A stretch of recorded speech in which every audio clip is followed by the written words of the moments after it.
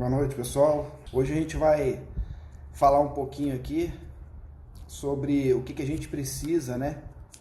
Na verdade, para entrar nesse mercado de impressão 3D. Muito provavelmente, vários de vocês aí já estão nesse mercado, né? E a gente vai falar aqui um pouquinho, dar uma visão geral do que realmente é necessário para entrar nesse mercado, né? Para aquelas pessoas que estão iniciando agora e algumas que ainda têm impressora, ainda têm equipamento, mas que ainda não começou a trabalhar, né? Então, assim, a primeira coisa que eu diria para quem quer iniciar nesse mercado é entender o seu modelo de negócio, né? Você precisa entender exatamente aquilo que você quer fazer dentro da impressão 3D para a área da odontologia, para que você possa, aí sim, entender o que você precisa adquirir, que tipo de conhecimento, que tipo de equipamento. Então, antes de adquirir equipamento, software, você precisa entender aquilo que você quer realmente da impressão 3D do mundo digital, né? Por que eu digo isso? Porque às vezes é suficiente você comprar uma impressora e começar a trabalhar, né? Outras vezes, para alguns outros modelos de negócio, isso não é suficiente, né? Por exemplo, você pode ter um modelo de negócio em que você vai dizer o seguinte: não, eu sou um laboratório pequeno, eu vou fazer um investimento somente numa impressora 3D, e aí vai de acordo também com o seu modelo de negócio. E a partir desse momento que eu tiver essa impressora 3D, eu vou começar, por exemplo, a receber arquivos para eu imprimir de colegas dentistas, de laboratório. Então você poderia ter simplesmente uma impressora 3D com uma resina específica para aquilo que você quer trabalhar, e aí você já poderia estar no mercado. E existem outras possibilidades também, né? Você pode dizer assim: não, eu quero fazer um outro modelo de negócio, eu quero ter aqui o meu scanner, e aí pode ser um scanner de bancada ou um scanner intraoral, porque aí nós podemos falar de dentistas, podemos falar de laboratório, né? Então, tudo isso vai influenciar naquilo que você vai precisar para entrar na questão do mundo digital aí da odontologia, né? Bom, uma vez definido isso, a gente tem aí alguns passos que a gente tem que entender para ficar bem claro para vocês o que vocês vão precisar fazer de investimento, e de ter não só investimento em equipamento, como investimento em conhecimento, né? Então, assim, eu diria que assim, a gente pode dividir basicamente em 4 grandes partes, né? Para a gente poder ter o objeto final impresso, a gente precisa de ter arquivo STL, né? Então esse seria o primeiro passo. E como é que são gerados esses arquivos STL? Esses arquivos STL, eles podem ser gerados de algumas formas. Por exemplo, eles podem ser gerados através de um escaneamento, né? Eles podem ser gerados através de uma tomografia. Obviamente que eu estou simplificando, né? A gente teria que passar aí por uma questão de software, ou seja, mas poderia ser através de uma modelagem, né? Então, assim, nós temos diversas formas de ter esse arquivo STL, né? O arquivo STL é aquele arquivo básico que a gente precisa para fazer a impressão, ok? Bom, dito isso, ou seja, se a gente sabe de onde vai vir esse arquivo STL para a gente fazer a impressão, ele já dá um indício daquele modelinho de negócio que a gente precisa já ter na cabeça para a gente poder começar a trabalhar com 3D. Por quê? Porque se eu vou produzir esse arquivo STL, eu provavelmente vou precisar de um scanner, né? Ou de um outro equipamento que vai me gerar esse arquivo, ou me possibilitar fazer com que eu tenha esse arquivo de alguma outra forma, né? Então você pode ter lá, vou dar um exemplo aí que foge um pouquinho da área da odontologia, mas você pode ter, por exemplo, um equipamento de ultrassonografia, no qual você faz esse exame e através de um software você transforma este arquivo que você fez um exame em arquivo STL e aí você começa a imprimir. Isso é muito usado, por exemplo, na área médica, né? Então aí você já começa a entender o seu modelo de negócio, né?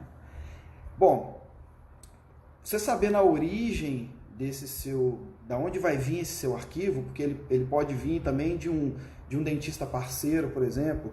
Eu tenho um dentista que ele tem um scanner intraoral e daí ele precisa materializar, por exemplo, um modelo, algum trabalho que ele escaneou, ele precisa colocar isso, né, em um meio físico. E aí o que acontece? Você acaba que pode ser essa pessoa que vai começar esse trabalho, né? Então esse é um modelo. Bom, daí, depois que você tem isso em mente, da onde vai vir esse arquivo STL, que vai te ajudar aí nessa questão do seu modelo de negócio, aí você começa com outro questionamento, ou seja, você precisa agora de um software, né? E aí a gente vai falar basicamente de dois modelos, digamos, de software. Você vai ter um software que você vai trabalhar esses arquivos STL. E aí, de que forma trabalhar? Aí você vai fazer uma verificação de malha, né? A gente já consegue ver estudos em que quando você faz um escaneamento intraoral, dependendo da técnica que você usar, ele vai dar um diferencial, né? Então, assim, não é simplesmente chegar e escanear e achar que vai dar tudo certo. Então, isso também envolve um trabalho de parceria com quem está fazendo esse exame, né? E aí, este software, né, a gente tem um software, nós temos softwares gratuitos e genéricos. Por que eu estou chamando de genérico? Porque ele não necessariamente é voltado para a área de odontologia, né? A gente tem um que é muito conhecido, que é o Mesh Mix, né? Que a gente pode trabalhar as malhas e fazer algumas coisas também na área da odontologia, apesar dele ser genérico. Nós temos o Mesh Lab, enfim, nós temos alguns, pelo menos uns 6 ou 7 que eu conheço que, assim, que tem essa funcionalidade, né? Alguns só para questão de verificação de malha, na forma gratuita. Por exemplo, a gente tem o Netfab, que ele tem muito mais do que essa funcionalidade, mas essa funcionalidade é uma funcionalidade free, então a gente pode ter ele instalado, né? A gente tem verificação de malhas, por exemplo, via internet, que você nem precisa ter o software instalado. Então a gente precisa ter necessariamente esse arquivo, independente de onde venha o seu arquivo STL. Você vai precisar de um software desse para você poder fazer essa verificação das malhas, né, do seu arquivo STL, tá bom? Tá todo mundo conseguindo me ouvir aí direitinho? Posso seguir em frente?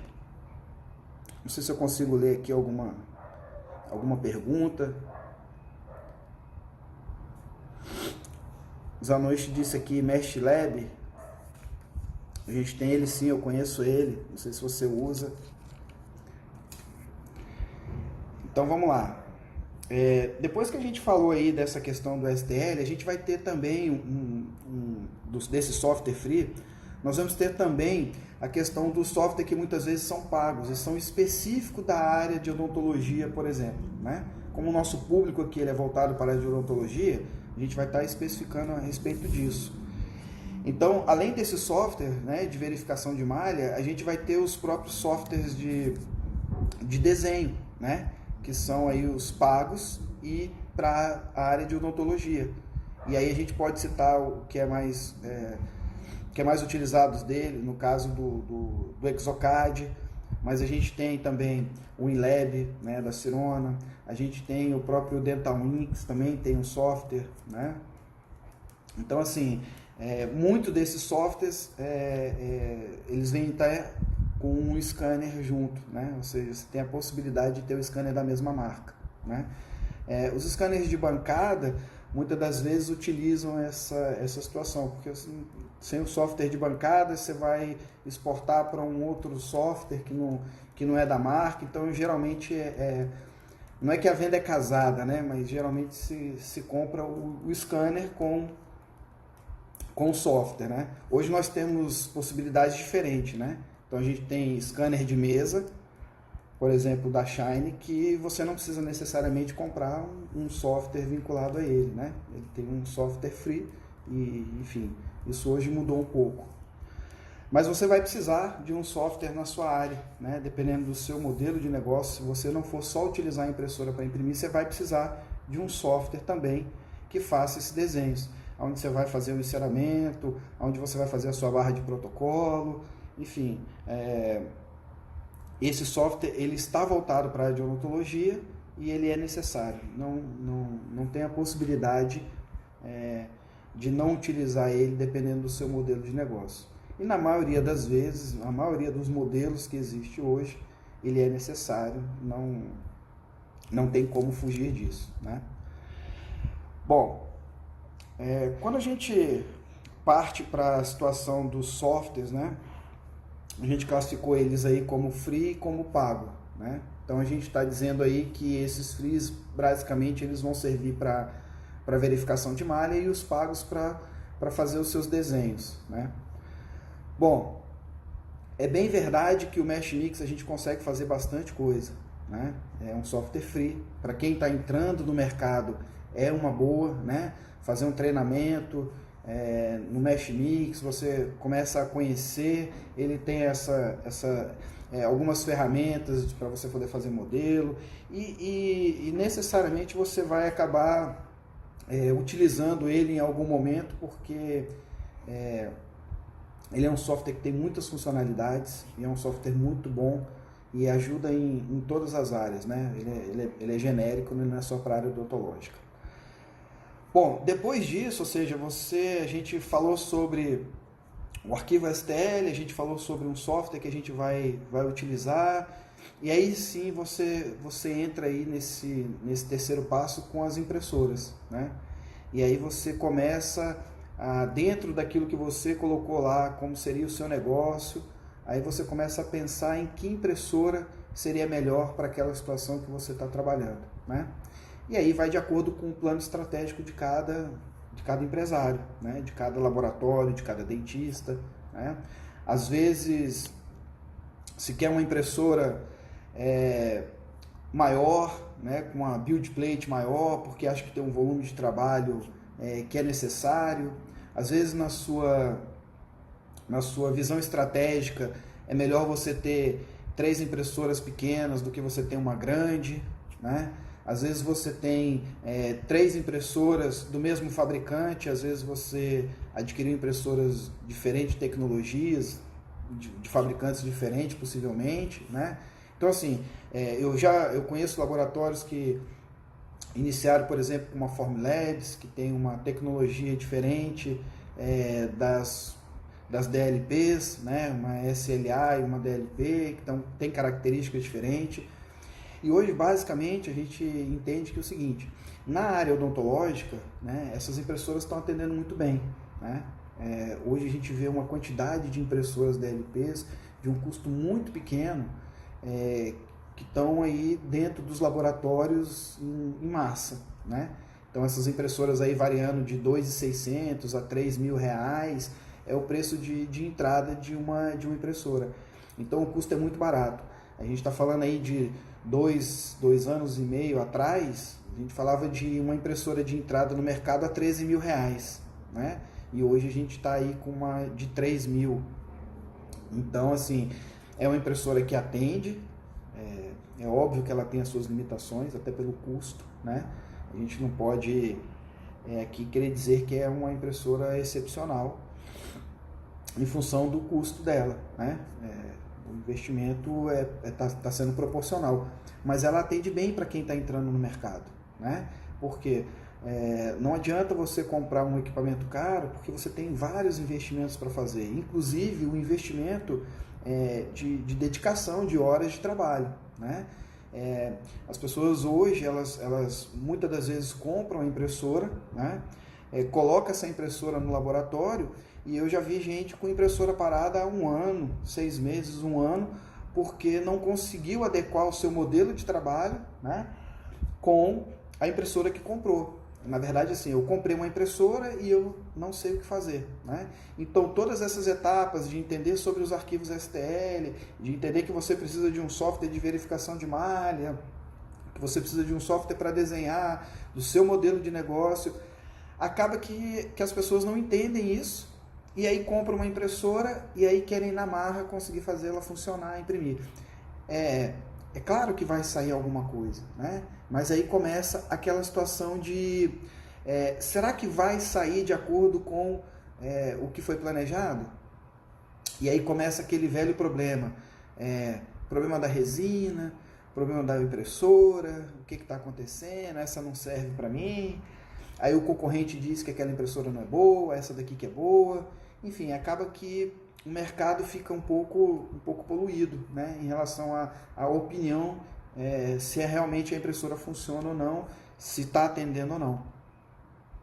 Então, a gente precisa olhar bastante essa questão do seu modelo de negócio, o que você quer fazer, e entender que existe um investimento também de treinamento, né, de treinamento, de conhecimento, para que você consiga escolher a impressora que vai te atender, né? E saber até o seguinte, será que é uma só? Será que eu vou colocar 2? Né? A evolução das impressoras, elas estão muito grandes, né? Então hoje você tem impressora que imprime basicamente tudo, né? E aí quando a gente fala de tudo, é tudo mesmo, né? Você tem hoje grandes empresas utilizando a questão das impressoras, né? Para imprimir diversos materiais, inclusive hoje você tem peças metálicas, enfim, não especificamente aqui entrando na área da odontologia, mas de impressão de forma geral, né? Então a gente precisa entender, eu estou batendo aqui muito na tecla, né, da questão do modelo de negócio, porque aí fica mais fácil da pessoa entender assim, pô, essa impressora vai me atender porque eu quero para isso, né? Geralmente as impressoras DLP, elas vão atender maciçamente tudo que você precisar na área da odontologia, né? Obviamente a gente está falando aí, tudo óbvio que seja utilizada uma resina para impressão, né? Então assim, a gente tem materiais biocompatíveis, a gente tem provisórios, a gente tem para placas, para fundição, então a gente tem uma diversificação de material muito grande, né? E cada vez está melhorando isso, né? Então hoje a gente consegue ter as impressoras, né, atendendo todas as áreas. Bom, e aí começa agora aquela situação seguinte, bom, escolhi a impressora, né, e aí eu não vou ficar entrando em detalhes aqui, qual é a impressora, marca, enfim, a gente está falando de uma tecnologia DLP, que são as impressoras que têm um custo-benefício muito bom para o mercado, para quem está iniciando. A gente tem que lembrar que essa live de hoje está falando exatamente do que a gente precisa para entrar no mercado de trabalho, né, da impressão 3D, né, na verdade, montar esse conjunto. Então, a gente não está falando aqui daquelas pessoas que já têm o seu modelo de negócio e está fluindo, ok? Bom, e aí depois disso, escolhendo essa impressora, a gente vem na questão da matéria, né, da matéria-prima, que seriam as resinas, né? Então, assim, esse é uma outra situação que ainda é um pouco complexa no nosso mercado, né? Quem entra no mercado hoje acha que simplesmente comprando uma impressora, colocando uma resina ali dentro do tanquezinho, né, do vat, apertando um play, a coisa vai sair, vai ficar pronto, está tudo certo, né? E aí quando entra no mercado, vê que não é bem assim, né? Você precisa ter aí uma quantidade de horas, gastar uma quantidade de horas, né, para poder aprender a respeito disso, como configurar a sua resina, né, como fazer a sua impressora funcionar bem. Existe aí pequenas diferenças de impressora para impressora, né, mesmo sendo da mesma marca, né? As impressoras mais caras, o que eles tentam fazer é vincular uma determinada resina, porque eles vão ficar testando aquela resina para que funcione. Então, assim, quando não é da mesma marca, a gente sabe que vai ter problema. Quando o fabricante não impõe aquela marca, a gente sabe que vai ter problema. E mesmo assim, quando o fabricante impõe aquela resina, a gente sabe que não é a mil maravilhas, né? Eles podem até dizer que é, mas a gente sabe que não é, né? Então, assim, a gente precisa estar atento a essa evolução também em relação à questão de estar treinando, estar configurando a impressora para que a gente utilize o material certo, né? Então, assim, tem muitas pessoas que, não sabendo o seu modelo de negócio, compram uma impressora e aí diz assim, poxa, eu queria imprimir um guia cirúrgico. E aí vai lá e escolhe uma resina que é transparente, e aí ela tem o entendimento que porque aquela resina é transparente, ela serve para guia cirúrgico, né? Então a gente tem que entender que não é bem assim. Então falta um pouco de conhecimento para poder adquirir essa impressora e estar trabalhando com ela. E aí muitas pessoas ficam decepcionadas, né? Porque não é aquilo que esperava, achava que era uma situação mais fácil, né? Então a gente vê muito isso nos grupos, né? Então, assim, realmente a gente tem que ter esse período aí para aprender mesmo, né? Não tem como. Como falou aqui o Zanoni, né? Essa é a curva de aprendizado, não tem como, né? A gente tem que passar por isso. Bom, depois que a gente falou dessa questão da impressora, a gente tem que lembrar que nessa questão de configuração, nessa questão de entender como funciona a impressão, a gente entra numa particularidade que é relativo também às impressoras, que vai envolver a questão do software de fatiamento, né? Ou seja, mais o item para aquela pessoa que está entrando no mercado entender, né? Então, assim, eu tenho lá o STL, eu tenho dentro do meu STL como é que eu vou gerar esse STL, eu vou fazer o tratamento desse STL, vou gerar novos STLs dentro de um software, né? Aí eu tenho a minha impressora que eu tenho um outro software que é um software de fatiamento, né? Que é um software que eu vou utilizar para quê? Eu vou utilizar esse software para posicionar o meu objeto, colocar os meus suportes e fatiar ele de acordo com a configuração da resina que eu já previamente já avaliei e sei, em relação, por exemplo, ao tempo de exposição de luz de cada camada, né? E aí é onde a gente vai ter o aprendizado de dizer o seguinte, olha, essa resina aqui, ela tem um tempo de exposição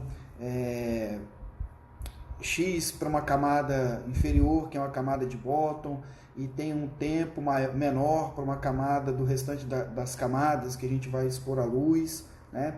É esse software que vai te ajudar a fazer os testes de calibração para você entender, né, que ponto que você tem que colocar, qual é a altura da sua camada, né, que você precisa para aquele objeto que você está trabalhando, sair em perfeitas dimensões, de acordo com aquilo que você projetou, né? Então isso tudo vai influenciar. Por quê? Porque a resina que você vai utilizar também tem que estar de acordo com aquilo que você quer ter de resultado. Então, assim, são muitos itens, né? E quando a gente pega, por exemplo, eu faço treinamento nessa parte de softwares, ou seja, a gente pega muito dos alunos que eles realmente não compreendem essa parte, né, e como funciona. E é uma parte muito importante, né? Até o tratamento após a impressão daquela resina que você imprimiu, ele é importante, né? Dependendo do tipo de resina que você estiver utilizando, para um determinado trabalho, você vai ter um pós-cura, ou às vezes você nem vai ter um pós-cura, né? Às vezes você vai deixar ela no ultrassom e vai limpar bastante com álcool, às vezes não. Então essa curva de aprendizado, esse período, ele realmente demanda tempo, né? E muitas vezes a gente observa que os donos de laboratório, os empreendedores, eles não têm esse tempo hábil, né? Ou não se dedicam a esse tempo hábil para poder ter esse aprendizado, né? Então, precisa-se realmente entender essa estrutura toda para aí sim definir uma estratégia de entrada no mercado no mundo digital, né? Eu queria ouvir um pouquinho vocês aí para saber se tem alguma pergunta, não sei se alguma coisa que vocês gostariam aí de, dentro do que eu estou falando aqui, se vale aí alguma pergunta, alguma observação. É óbvio que a gente tá falando aqui, né, sobre a entrada no mercado, né, e muitos de vocês aí já estão no mercado, né, então assim, pode ser que o momento agora seja de repensar, né, repensar um pouquinho se o negócio que você está querendo, ele está de acordo com aquilo que você está fazendo, né, com a impressora que você comprou, com o material que você está usando, né. O Zanoni queria saber um pouquinho mais sobre as malhas, né. Então, Zanoni, sobre as malhas, assim, quando você faz as malhas, elas são formadas por triângulos, né? E nós temos aí, a grosso modo, triângulos que formam a parte de fora e a parte de dentro, né? Do objeto que a gente tá imprimindo. Então, o que a gente precisa entender dessas malhas é saber se elas não estão com nenhum furo na hora da impressão, se essa malha ela está uniforme, com esses triângulos com seus vértices todos certinhos, se a quantidade de triângulos que está dentro desse objeto te permite ter uma qualidade na hora de imprimir, né? Por quê? Porque essas malhas é como se fosse pixels, né? São triângulos pequenininhos, né? E quanto mais triângulos você tem, maior essa resolução, né? Mas aí a gente entra numa situação de, digamos assim, custo-benefício, né? Porque também não adianta você ter ali milhões de triângulos, por quê? Porque ele vai acabar dando algum problema em relação à questão, por exemplo, de mexer no seu software. Então existe ali um meio termo de custo-benefício nessa quantidade de malhas, dependendo do objeto que você vai imprimir. Então aqui não dá para precisar assim, é tanto, não. Não tem uma quantidade, mas vai depender muito do que você está imprimindo, né? Se você estiver imprimindo uma guia, um modelo, uma faceta, então isso vai depender também. Mas existe aí uma situação, uma relação em que você consegue ver a qualidade dessa malha. E é por isso que você tem que entender um pouquinho, olhar esses softwares, né? E tudo mais, né? O Daniel aqui está falando sobre as resinas SLA da Hiller, precisam passar por um álcool e cura em UV. Então, Daniel, isso das resinas vai depender de que resina você está utilizando. Por exemplo, as resinas para calcináveis, a gente não passa ela em UV, né? Ela não, o que você faz ali é dar um banhozinho de álcool nela para poder tirar aquela questão do que sobrou da resina, né? E depois você simplesmente seca ela e pronto, né? As outras resinas a gente utiliza o álcool isopropílico, né? Ou o próprio etanol mesmo para estar limpando, e aí tem o pós-cura, né?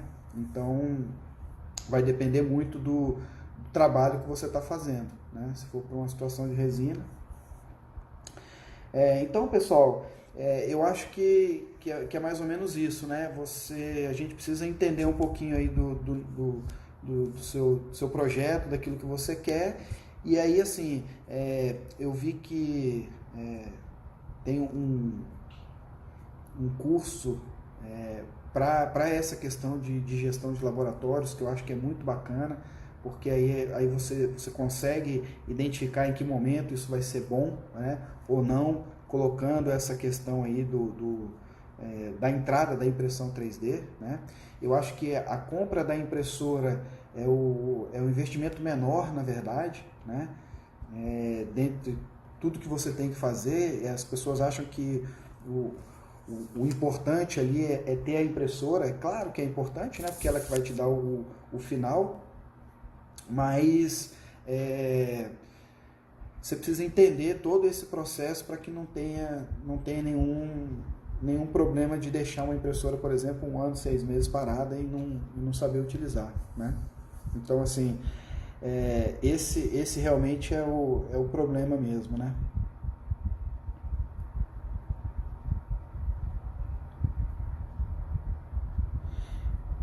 Então, a gente tem uma pergunta aqui, ó. Hoje mesmo, com a melhoria das resinas, opa, peraí que eu apertei alguma coisa errada aqui. Isso. Hoje mesmo, com a melhoria das resinas, tem que fazer calibragem toda vez que muda o lote? A princípio não, né? Eu, por exemplo, eu uso resinas aqui e que eu já sei daquele modelo, eu vou utilizar, ela tem uma constância, né? Pode ser que ocorra alguma situação de mudança. O que eu queria colocar para vocês aqui é o seguinte: muitas das vezes, quando uma impressão começa a não funcionar, a nossa tendência é partir direto para a questão da resina, né? Só que na própria impressora existem várias variáveis que você tem que avaliar para saber se realmente, até identificar se é alguma coisa relacionada à resina, né? E mesmo que seja relacionada à resina, tem uma situação que é muito importante, que é como armazenar essa resina, como utilizar essa resina. Eu tive uma experiência desagradável com uma resina importada. Uma vez eu comprei uma resina italiana, isso foi logo no começo, quando eu comecei a utilizar a impressora 3D. Não tínhamos, acho que tínhamos um fabricante de resina no Brasil, e mesmo assim estava começando. E eu trouxe uma resina importada e fiz uns testes com essa resina. Era uma resina calcinável, uma resina excelente, né? E aí o que acontece? Depois que eu utilizei essa resina, eu fui reaproveitar aquela embalagem e coloquei a resina dentro do pote original. E aí eu não tinha percebido que aquela resina ela já tinha começado a sua propriedade química lá de polimerização. E o que aconteceu? 3 dias depois, quando eu fui pegar essa resina, ela já estava completamente dura, toda ela. Então, assim, muitas das vezes, a forma de armazenar, o cuidado que você tem com a resina, às vezes pode causar alguma situação que você não está preparado ali para poder fazer alguma coisa em relação a dizer que a resina é que aconteceu o problema, né? Então você tem, por exemplo, você tem a parte dos FEPs, né, que podem estar com algum tipo de problema também, o próprio LCD. Então são vários, né? São vários. Mas o mais fácil de identificar, e geralmente o que a gente faz, é a questão realmente de falar da resina, né? Deixa eu ver se eu consigo aqui achar alguma coisa, alguma pergunta a mais aqui. O Daniel respondeu aqui, secadores de unha, né? Então, assim, a gente tem essas câmeras UVs, a gente tem as câmeras profissionais, né? Que são as câmeras mais caras, mas a maioria, eu acho que assim, eu diria esmagadora do mercado, utilizam realmente aqueles aparelhos de secagem de unha de silicone, né? Então, assim, que no Mercado Livre aí varia de 50 a 80 reais. Então ele realmente é mais barato mesmo, né?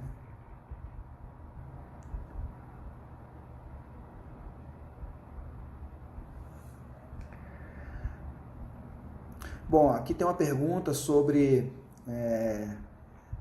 do Realize 3D.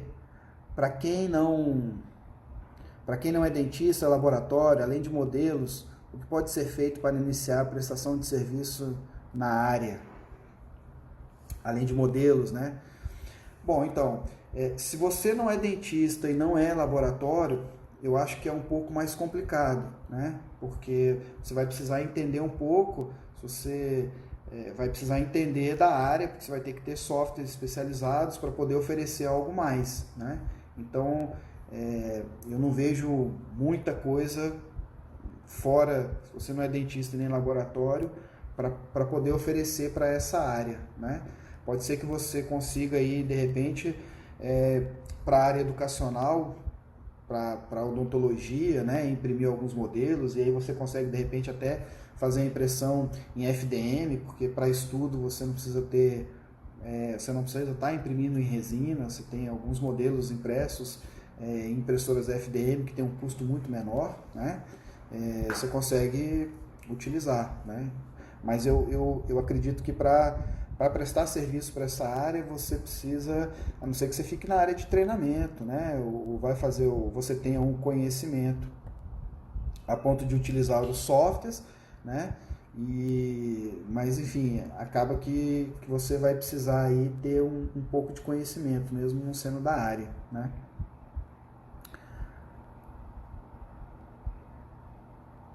Bom, deixa eu tentar achar aqui. Tava vendo aqui, eu não... O Zanoni perguntou aqui qual que seria o outro equipamento. Você diz em relação às câmeras UVs, se for isso aqui é o seguinte, existem os equipamentos profissionais, né? Existem as empresas que têm impressora, algumas delas falam, tem a respeito, tem equipamentos profissionais de câmera UV. Aí são equipamentos mais caros, são caixas que tem a questão de temperatura, totalmente espelhado, e aí, assim, os que eu conheço custa quase o preço de uma impressora de entrada no mercado, né? Acima de R$3.000. Então, às vezes fica inviável. Aí são para laboratórios grandes, são equipamentos que são grandes, cabem em vários modelos, então tem essa situação mesmo, né? O Pedro está perguntando aqui a respeito das DLPs, se elas imprimem o modelo em pé ou deitado, né? Pedro, elas imprimem modelo em pé ou deitado, né? Isso aí vai depender da quantidade que você quer imprimir naquele momento de impressão, né? Ela não tem esse diferencial. O que vai acontecer é a quantidade de suportes que você vai colocar, né? Como você vai colocar esses suportes e como está preparado esse seu modelo, né? Então, assim, você pode colocar ele tanto na vertical quanto na horizontal, isso não tem problema. A característica das DLPs é de projeção de uma imagem, que a gente chama de uma fatia, né? Então, quando você joga aquela luz, ela projeta aquilo que tá na primeira e nas demais camadas. Então, ela imprime camada por camada, né? Que é diferente das impressoras que a gente fala que é as SLA, que é através de laser que elas vão pontuando cada ponto daquela primeira camada, né? Então é diferente. As SLAs elas fazem uma projeção, então não tem muita diferença. Eu geralmente, se você não tem muito volume, eu coloco eles na horizontal, por quê? Porque como a questão da altura ela é diretamente proporcional ao tempo de impressão, então eu prefiro deixar o mais na horizontal possível, né? Então, por causa de tempo também, que aí entra uma questão de custo-benefício, né? Em relação à questão do tempo. Então, mas aí é uma questão mesmo de avaliar naquele momento. Se você tiver uma impressora e precisar fazer vários, de repente vale mais a pena você colocar todos eles na vertical do que você colocar na horizontal, tá bom?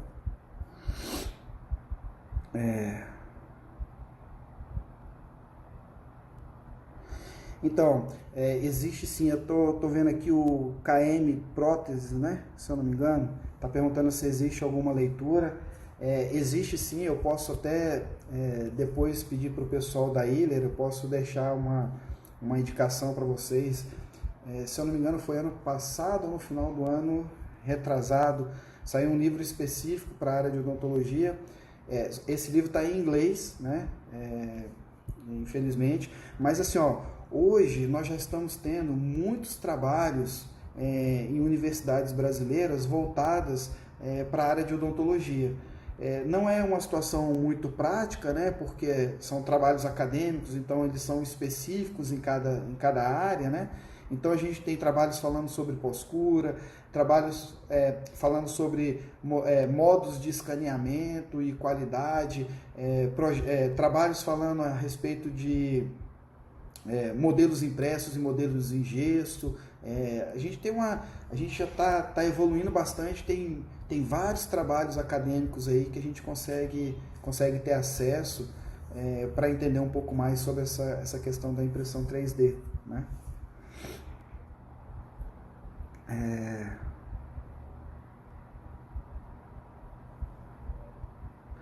Aqui, ó, o Rafa Marques tá colocando aqui, ó, a informação. Ele diz o seguinte: mudou muito a qualidade da minha impressão quando eu adquiri uma câmera UV profissional.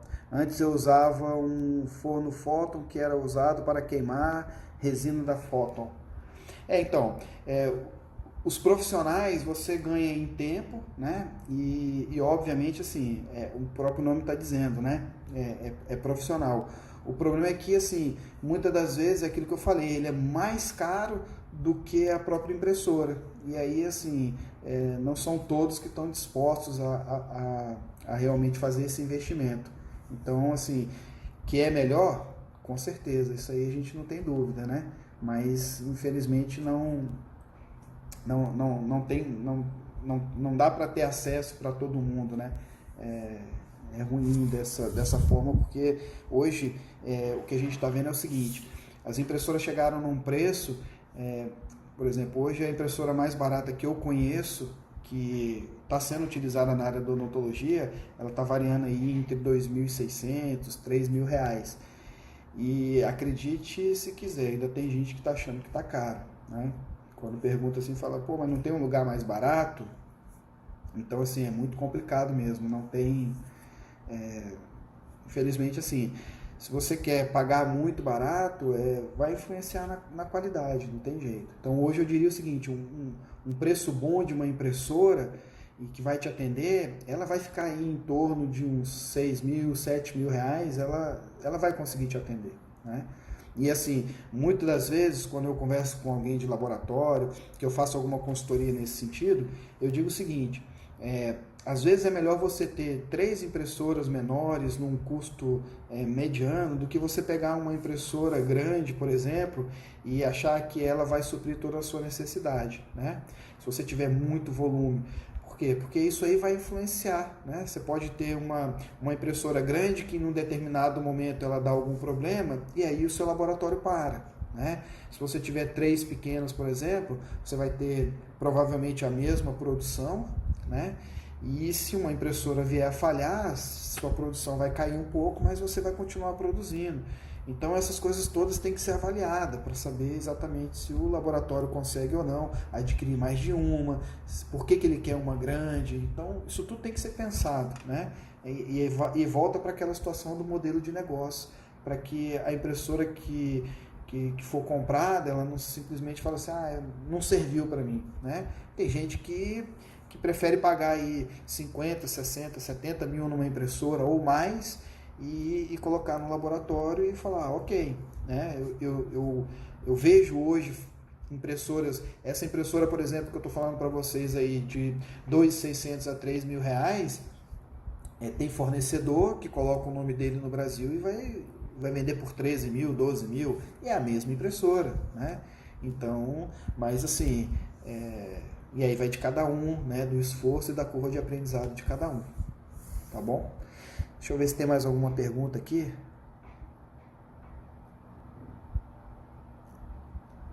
Aqui o Pedro tá falando aqui, ó, Pedro Jotap, não é isso? Pedro, desculpa se eu tô falando errado, tá bom? Ele falou assim, você falou com relação à resina que polimerizou no tanque, o ideal sempre é conservar a resina após a impressão? Então, Pedro, na verdade, eu não sei se eu fui claro, mas assim, ela não polimerizou no tanque, não. No começo, o que eu fiz? Eu coloquei ela dentro da embalagem original, né? Então, ela começou o processo de polimerização dentro do tanque, mas a olho nu eu não consegui observar isso, né? Aquele processo químico já estava acontecendo, porque ela já tinha sido colocada na exposição de luz e eu coloquei ela de novo no pote original. E aí ela foi lá e realmente ficou dura toda a resina e eu perdi o pote todo, né? O que eu te diria em relação à resina que ficou ali, né? você tem duas possibilidades, né? Você tem a possibilidade de ter um compartimento, um pote nas mesmas condições de cor e tudo do original que vem a sua resina, para você poder guardar, né, depois de usada. Então o que geralmente eu indico para os meus clientes? Você pode coar essa resina que sai do tanque e botar dentro dessa embalagem, né? Para que ela possa estar guardada ali com o nome identificado para você poder reutilizar. Ou você pode ter mais de 1 watt, né?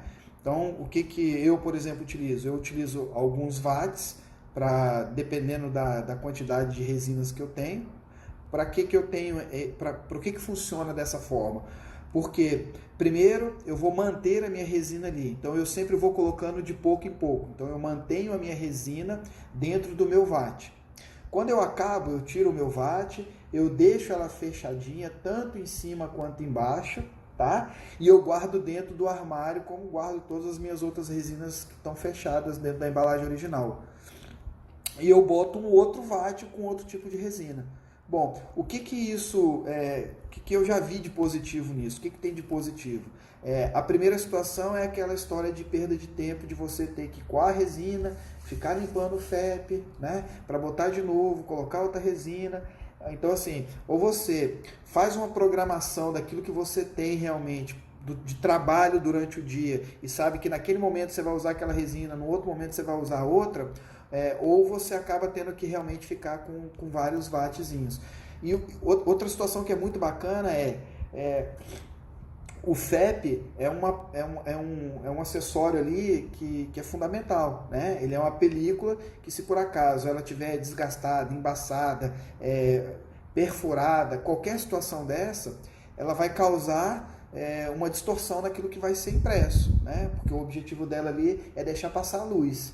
Se você, por acaso, deixar passar a luz, pessoal, não sei se eu tenho que saber o horário aqui, né? Porque eu acho que a gente pode ser derrubado, né? Eu não sei quanto tempo a gente tem de live aqui, então, enfim, só para a gente finalizar aqui, tá? O que eu estava querendo dizer para vocês? Você evita de ficar passando papel e limpando o FEP, né? Então, aquele FEP ele vai durar mais, né? A tendência dele é que ele dure mais. Porque toda vez que você tira e vai trocar de resina, você joga álcool, passa papel e aí acaba que não realmente vai dando desgaste. Então, Pedro, eu tenho alguns watts porque assim, eu prefiro deixar com a resina marcadinha ali direitinho, né?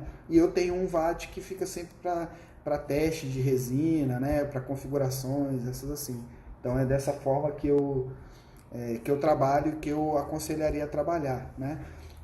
É óbvio que você vai ter que ter um potezinho. Por quê? Porque se a impressora falhar, ficou alguma coisa no fundo, você vai ter que ir lá, né? Tem que limpar, vai ter que tirar, vai ter que jogar em algum outro lugar. Então não tem como. Você vai ter que realmente ter um pote desse. E aí é uma questão de organização, de processo dentro do seu laboratório, do seu consultório, para você decidir qual é a melhor forma para você ali de trabalho, né? Eu sempre gosto de dizer o seguinte: não existe certo ou errado, né? Existe aquilo que você consegue adaptar dentro da sua realidade de trabalho, né? Se a sua realidade de trabalho não tem condições, Roger, financeiramente para mim, por exemplo, é inviável ter vários watts. Ok, então assim, você vai fazer de acordo com aquilo que tiver dentro da sua estrutura de trabalho, né? Então, não tem problema nenhum, você pode ter os seus potes. Eu tinha, a primeira situação que eu fiz foi ter potes com o nomezinho de cada resina, eu tinha lá tudo anotadinho, bonitinho. Então, essa foi a primeira situação. Só que aquilo ali para mim começou a dar muito trabalho, eu comecei a não usar aquelas resinas que eu deixava armazenada, esse era um outro problema. Eu sempre queria usar a que estava no pote novo, com aquela sensação de que não, senão isso aqui vai acabar falhando e eu não vou saber se é da resina. E acabava que aquele restinho de resina que ficava eu jogava fora, porque muitas das vezes ele não era suficiente para eu fazer um trabalho, e eu tinha que completar com a outra, e eu falava assim, não, vou deixar ali, vou deixando aquela ali, na hora que juntar um pouquinho eu uso, e eu acabava que eu não usava, entende? Pessoal, eu acho que é isso, né? Não sei se se eu conseguir atender a todos aí, né? Eu acho que a gente tem uma questão de horário, eu estou preocupado aqui para que a live não caia e a gente esteja aqui conversando. São 8h21, provavelmente a gente tem 1 hora, né? Então, a gente tem 9 minutos para poder finalizar, né?